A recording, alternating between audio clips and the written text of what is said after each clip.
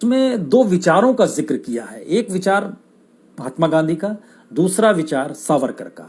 दरअसल सावरकर और गांधी की 3 बार मुलाकात हुई, 1906 में, 1909 में और 1927 में। 3 मुलाकात है, लेकिन सबसे महत्वपूर्ण मुलाकात है जो विचारों को लेकर आती है, वो दूसरी मुलाकात आती है।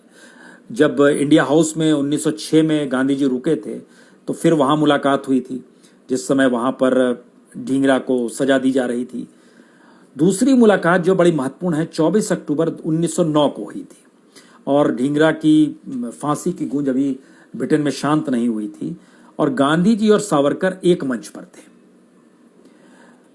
कह सकते हैं कि भारत के भविष्य की दो विरोधी संकल्पनाएं उस वक्त, और मौका दशहरे का था।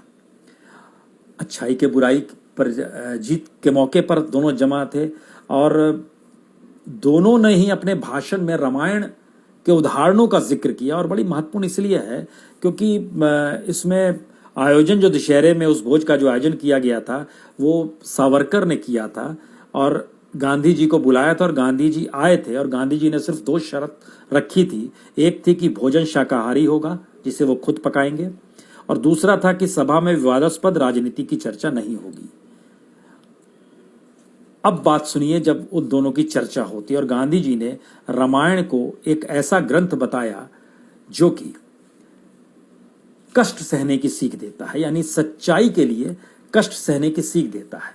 गांधी जी क्या कहते हैं? गांधी जी कहते हैं, भगवान राम ने सच्चाई के लिए वनवास का कष्ट सहा, सीता ने रावण की कैद में रहकर भी पवित्र सहनशीलता का परिचय दिया, लक्ष्मण का वनवास एक कठोर तपस्या थी।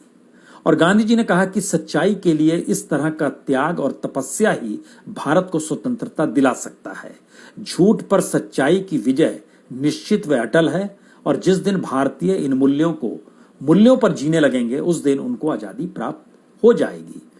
उन्हें साम्राज्यवादी ताकतों से आजादी की अलग से लड़ाई लड़ने की जरूरत भी नहीं होगी, और स्वतंत्रता के लिए अहिंसक रास्ता अपने आप में साधन नहीं, एक ध्येय है, साध्य है, जो हमें स्वतंत्र करता है।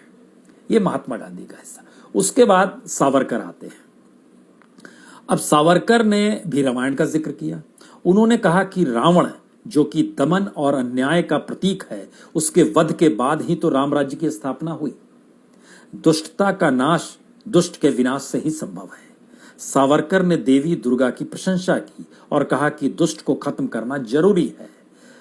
विवादास्पद राजनीति में गए बगैर दोनों ने रामायण के संदर्भ में केवल हिंसा और अहिंसा की बात सिर्फ नहीं की, बल्कि अपने अपने नीतियों की चर्चा भी की कि देश की स्वतंत्रता के लिए अपनाए जाने वाले कौन कौन से रास्ते आने वाले वक्त में दोनों अपनाएंगे। ये बड़ा महत्वपूर्ण है। और इसके तीसरी मुलाकात जो होती है, जब गांधी जी मिलते हैं, ये एक औपचारिक भेंट थी 1927 में, और कह सकते हैं ये आखिरी मुलाकात थी। और जब गांधी जी मिलकर निकलते हैं, तो विदा लेकर चलते गांधी जी सावरकर से कहते हैं, यह तो साफ है कि हम कई बातों में एक दूसरे से सहमत नहीं हैं, फिर भी मैं आशा करता हूं कि आपको मेरे प्रयोगों से दिक्कत नहीं होगी। और सावरकर इसके जवाब में कहते हैं, क्या आप अपने प्रयोग देश की कीमत पर करेंगे? ऐसा हम करने नहीं देंगे। ये दोनों के बीच की 3 मुलाकातें हैं।